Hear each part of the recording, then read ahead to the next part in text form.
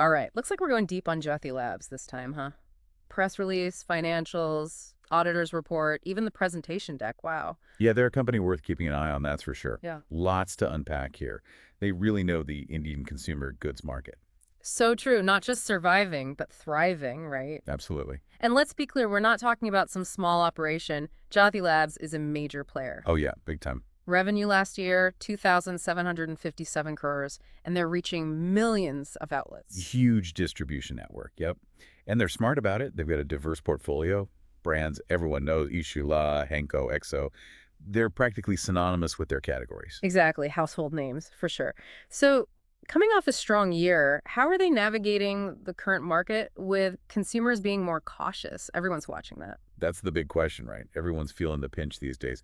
And this move toward value-oriented packs, larger sizes, more units per pack, that's really interesting. It's not just Jyothy Labs, it's a trend across the board. Value for money, that's what people are looking for. And on top of that, you have the rise of quick commerce, on-demand delivery.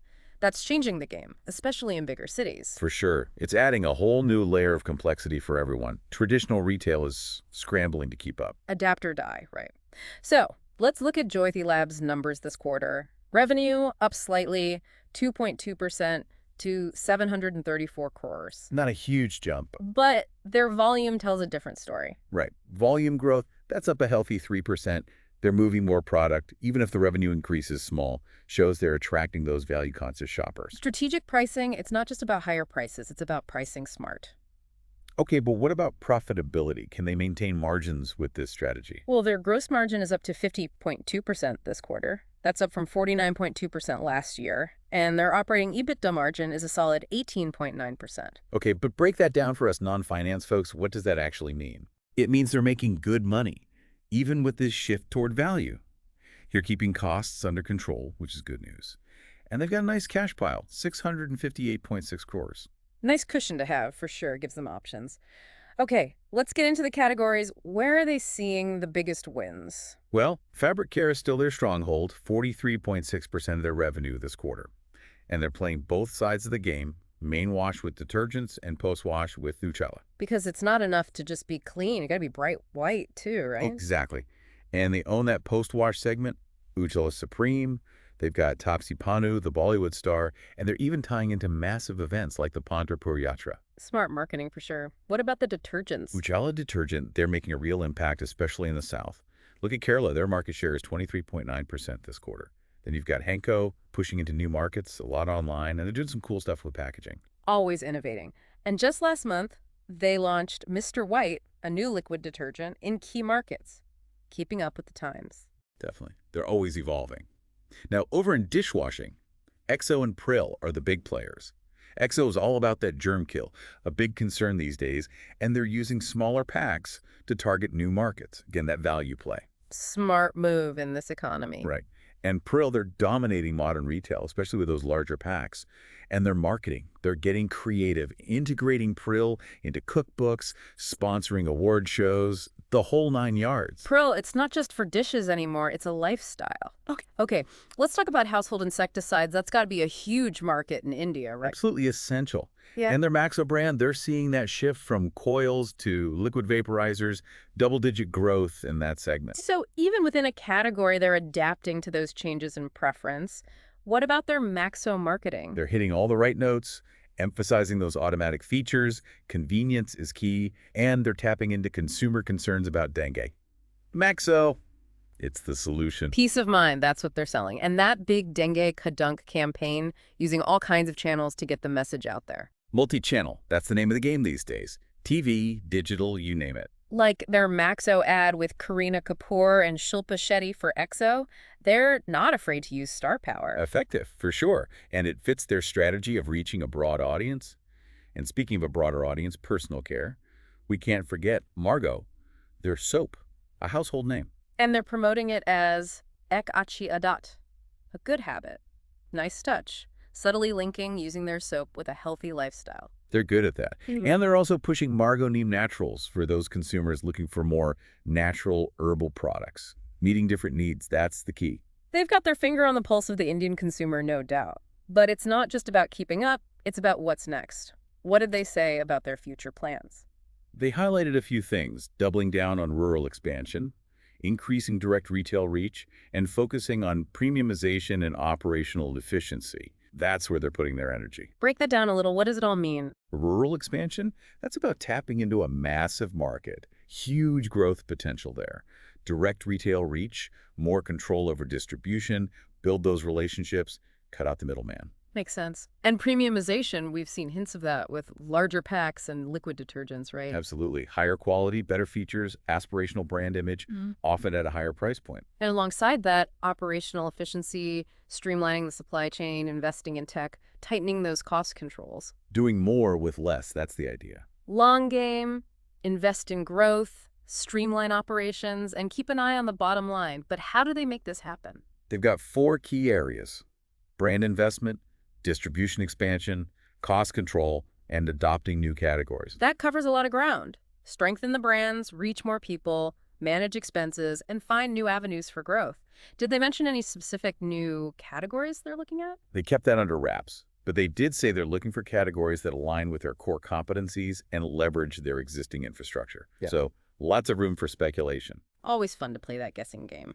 Okay, before we get ahead of ourselves, let's look at the shareholders. Who owns Jyothy Labs? As of September 30th, the promoter group still holds a controlling stake. But we've got significant participation from institutional investors, both domestic and foreign. 15.42% foreign institutional, around 15.62% domestic. So it's not just a family business. Big investors are seeing the potential. That's a vote of confidence. Definitely. Yeah. And a diverse shareholder base, that can be a good thing. Brings in fresh perspectives, helps with stability and long-term growth. Okay, we've covered a lot already. We've got a good sense of the market, Jyothy Labs' performance, and their plans. But the devil's in the details. There's more to unpack here. Ready to dive deeper? Absolutely. Let's get into it. Their operational efficiency and how they're managing their financials, that's where it gets really interesting. So one thing that jumps out from these financials is Jyothy Labs' focus on operational efficiency, like their working capital cycle. It's showing improvement. Okay, but for those of us who don't speak finance, what does that even mean? Working capital cycle, huh? Think of it like this.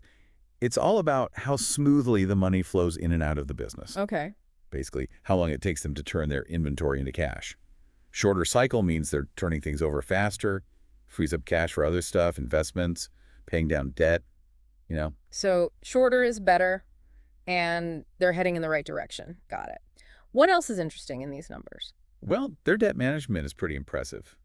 Low debt-to-equity ratio, meaning they haven't borrowed too much compared to what they own. Good sign.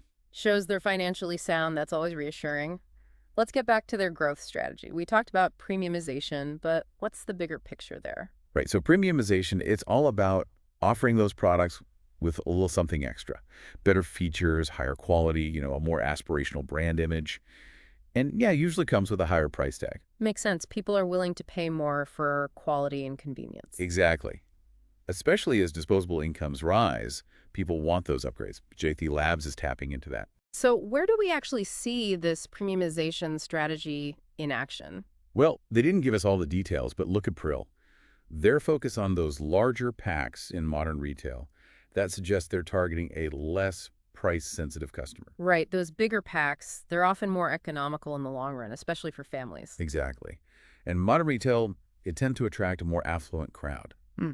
Then there's the move towards liquid detergents in fabric care. Those are generally seen as a more premium option compared to powder. Better stain removal, gentler on clothes, yeah. And they just launched Mr. White, a new liquid detergent. Yep. Investing in that premium segment. And it's not just the products, their marketing also reinforces that premium image. Bollywood celebrities, that adds a touch of glamour. It's about associating their products with a certain lifestyle. Right. Okay, so premiumization is one part of the story, but what about operational efficiency? How are they actually streamlining things to be more cost-effective? They're all about optimizing that supply chain. Sourcing, manufacturing, distribution, the whole process. Investing in tech to improve logistics and inventory management, less waste, smoother operations. Getting the right stuff to the right place at the right time. That's the goal. And they're looking at cost-saving measures across the board. Negotiating better prices with suppliers, streamlining those admin expenses, all that good stuff. So tightening the belt where they can makes sense. But here's an interesting thing. They're actually increasing their advertising and promotional spending. Wait, really? That seems kind of counterintuitive, doesn't it? Spending more on marketing when you're trying to save money? It might seem that way, but it's strategic. In a competitive market, you have to build those brands, keep them top of mind for consumers. It's an investment. A calculated risk, but seems to be working. Definitely. Now, beyond the financials and the growth strategies, let's dig into some other interesting tidbits. There's segment-wise revenue breakdown that gives us some clues. Okay, lay it on us. Fabric care is still the big one, 43.6%, followed by dishwashing at 34.5%. Personal care, that's about 11.8%. And household insecticides, smaller at 6.1%. But they're seeing that shift towards liquid vaporizers, which is good. So the core categories are strong, and they're adapting within those segments. Now, what about their geographic expansion? We talked about rural markets, but what are they actually doing? Right, rural India, huge potential market there. Rising incomes, lots of new customers to reach. They're expanding their distribution, making sure their products are available, accessible. But it's not just about availability, it's about the right message, right? For sure, they're running localized marketing campaigns, speaking directly to rural consumers, and they're also leveraging e-commerce because more and more people are shopping online, even in rural areas. Meeting them where they are, smart. They're really good at balancing those core strengths with new opportunities. It's impressive how they're adapting. They're not just reacting to the market, they're shaping it. Okay, we've looked at financials, strategies, expansion, but we can't forget about brand building. They're putting a lot of effort into marketing. Yeah, their marketing is really multifaceted. Traditional media, digital platforms, on-ground events, they're doing it all. TV commercials, they've got a star-studded lineup. Taapsee Pannu for Ujala Supreme, Kareena Kapoor for Maxo, Shilpa Shetty for EXO. Those Bollywood stars, they really grab your attention. It elevates the whole brand image. Absolutely. But it's not just about celebrity endorsements. They're telling stories, stories that resonate, like that Ujala Supreme campaign, highlighting how it restores whiteness, a big concern for Indian consumers. Right, a real need, a practical solution. And they're also integrating their brands into cultural events. Remember that Pandharpur Yatra tie-in for Ujala A Supreme? smart move for sure. Increasing visibility, connecting with consumers on a deeper level. So they're meeting the audience where they are, TV, social media, big events, and they're not ignoring the digital space either, right? Oh, definitely not. Super active on social media, running contests, creating engaging content, collaborating with influencers. Gotta reach that younger, tech-savvy crowd. They've got all our bases covered. It's a really comprehensive strategy. And it's not just about spending money, it's about spending it smart. They're using data, tracking their campaigns, analyzing those consumer insights, always adapting. Making every rupee count. So we've talked about a lot. Financials, strategic initiatives, marketing, the whole shebang. And we've seen how they're handling the challenges of the Indian consumer goods market. Doing it well, I might add. But there's one last piece to explore, their plans for new categories. They were pretty quiet about specifics, but what can we read into their statements? What new horizons are they looking at? Now that's where things get really intriguing. It's all about reading between the lines. They did say they're interested in categories that align with their core competencies and leverage their existing infrastructure. So, playing to their strengths, what comes to mind? Well, they know household products. They focus on value and convenience. So the home cleaning segment, that seems like a natural fit. Floor cleaners, toilet cleaners, all that. Makes sense. Building on what they already do, and they could use their existing distribution network and supply chain, scale up quickly. Exactly. And they're all about health and hygiene, right? So maybe the hand sanitizer and disinfectant market. Huge growth there post-pandemic, and they could leverage their Margot brand, already associated with cleanliness. Playing to their strengths, good point. So what other intriguing possibilities are out there? Well, they've got that expertise in fabric care, so maybe the laundry additives market. Fabric softeners, starch, specialized detergents, things like that. Interesting. Catering to those who want to take extra care of their clothes. And it wouldn't be a huge leap from what they're already doing. They just need to find those gaps where their expertise gives them an edge. It's all about strategy. But ultimately, it's Jyothy Labs' call. We'll have to see what they choose. It'll be interesting to watch how they play their cards. They're a company that knows how to adapt and innovate. So as we wrap up this deep dive, what are the key takeaways for our listeners? What should they be watching for with Jyothy Labs? I think the biggest takeaway is this. Jyothy Labs is doing really well. Strong financials, smart investments, powerful brands. They're not just surviving, they're thriving in a tough market. They're agile, innovative, focused on the consumer, adapting to change, exploring new opportunities, staying ahead of the curve. That's what they do. So, a bright future ahead? It seems that way. But as always, the real deep dive is in the thinking. We've given you the data, the insights, the analysis. Now it's your turn. What opportunities and challenges do you see for Jyothy Labs? What's their next move going to be? How will they keep shining in this ever-changing world of Indian consumer goods?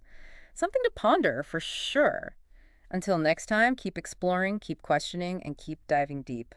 They already have a foothold in that whole laundry routine thing, think about it. Yeah, with Uhala and all, right? Exactly. So maybe they're looking beyond just the basic cleaning, That's what I'm thinking, yeah. like what, specialty detergents, something like that. Could be.